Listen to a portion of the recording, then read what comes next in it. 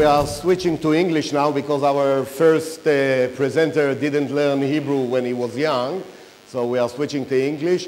This is an extraordinary person. As a coincidence, I know him for something like 10 years now.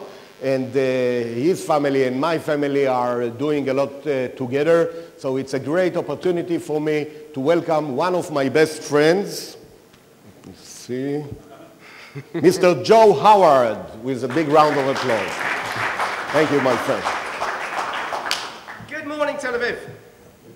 I'm going to talk to you about human nature because that's a subject that I do know about.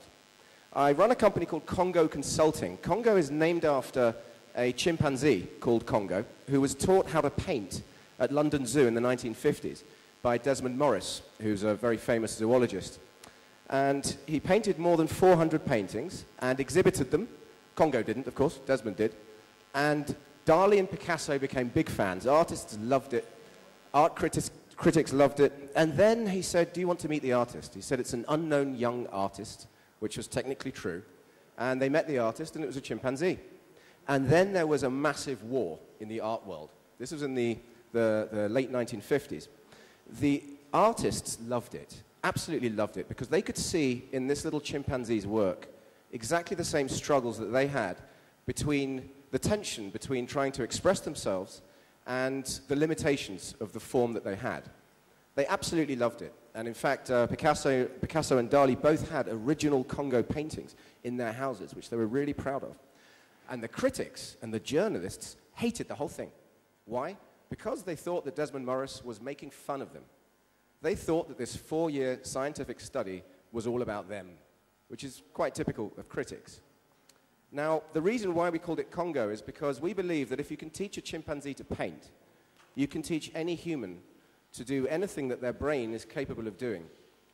I used to work in advertising, and then I realized that advertising is not as creative as it thinks it is. It is creative, it's not as creative as it thinks it is. And I left advertising to start teaching creative thinking to advertising agencies, using improvisational comedy, anthropology from a lot of work I did with Desmond Morris, and other techniques to open up the imagination and open up the mind. And my #1 objective is to make people self-sufficient as quickly as possible. My objective is to get out of their office as quickly as possible so they don't need me anymore. If I don't do that, then I'm cheating them, and I don't like cheating people. So what I'm going to do today is I'm going to give you a few insights about human nature, about the millions of years of human evolution, best practice from millions of years of human evolution. And you might, somewhere along the way, find that some of these insights can be plugged into what you do, whether it's the marketing side of what you do, whether it's the management and leadership side of what you do, whether it's the teamwork and brainstorming and creative thinking side of what you do, or whether it's actually getting technologies and products that are going to match human instincts and human behavior.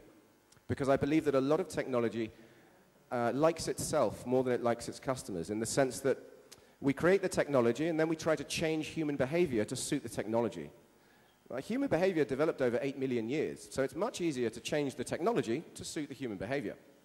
Now let's have a look at the very first set of behaviors that we all deal with in life and that we all deal with in business, sometimes well, sometimes badly. The way we're going to look at it is that I'd like you to get into pairs as far as possible. Just turn to the person next to you, form a pair, and then I'll explain exactly how the game works. So 10 seconds. Get into pairs. Okay, everybody got somebody to play with? If you haven't got somebody to play with, go and sit next to somebody, because otherwise you'll be very lonely when everybody else is having fun. Over there, you want to go and sit with somebody? You can play this game in Hebrew. It's not scary. Okay. It's called Yes But. It's very simple. It's very easy to play. One of you is a hairdresser, and one of you is a customer who wants a haircut. And the game starts when the customer says, hello, I'd like a haircut, please. And the hairdresser replies with something, anything, which begins with the 2 words, yes, but. If you're going to do it in Hebrew, you can say, ken aval. And then the customer starts with something which begins with yes, but. And then the hairdresser starts with something which begins with yes, but. And the whole conversation, every single line of dialogue that you say to the other person starts with ken aval, or yes, but.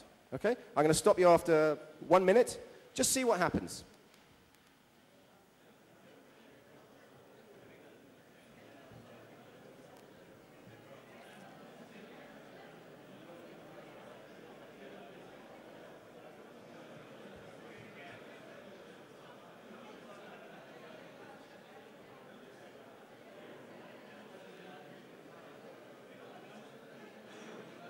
Okay, let's stop there.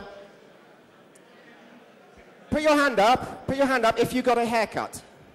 Who got a haircut? Nobody got a haircut. Great, I love it. This is the power of yes but. Yes but is amazingly powerful if you want to do nothing. If you want to stop anything from happening, if you want to kill ideas, if you want to prevent yourself from ever going into the unknown, just say yes but. It's very cool and it's very simple. It's not very nice for other people. When you were playing the game, you probably experienced a little bit of hostility towards the other person, even though it was just a game. That's why I stopped it after 30 seconds, because I don't want you smacking each other at 10 o'clock in the morning. Why don't we try something else, and then we'll compare the difference between them. Why don't we try that same thing again with the first sentence the same. Hello, I'd like a haircut, please. This time, the hairdresser replies with something, anything, which begins with the two words yes and, or ken veut. And then the customer replies with something which begins with yes and every line of dialogue in the conversation starts with the two words yes and. Give it a go. I'll stop you after a minute. We'll see what happens.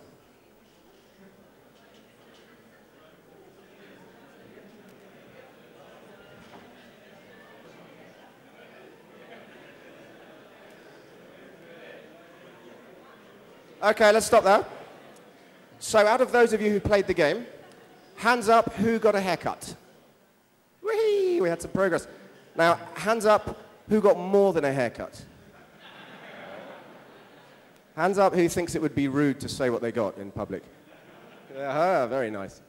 Yes and makes things happen. It pushes you forward into the future. It builds ideas. The scary thing about yes and is that because it pushes you forwards into the future, it pushes you forwards into the unknown. And none of us like the unknown. And this is where we get the tension between two of our biggest instincts, the instinct to explore and the instinct to avoid. Now, the reason why we have the instinct to explore, nature is very clever. It gave us the instinct to explore in order that we adapt. It gave us curiosity, the urge to find new places, the urge to find new ways of exploiting what we already have. This is what makes us innovative and inventive and creative. It's incredibly important. As Charles Darwin said, it's not the strongest of the species that survive, but those who are most adaptable to change. And the instinct to explore and the quality of curiosity drives us towards creative, adaptive behaviors. Now, this is all very obvious, I'm sure, and it's all great. What about the opposite, avoidance?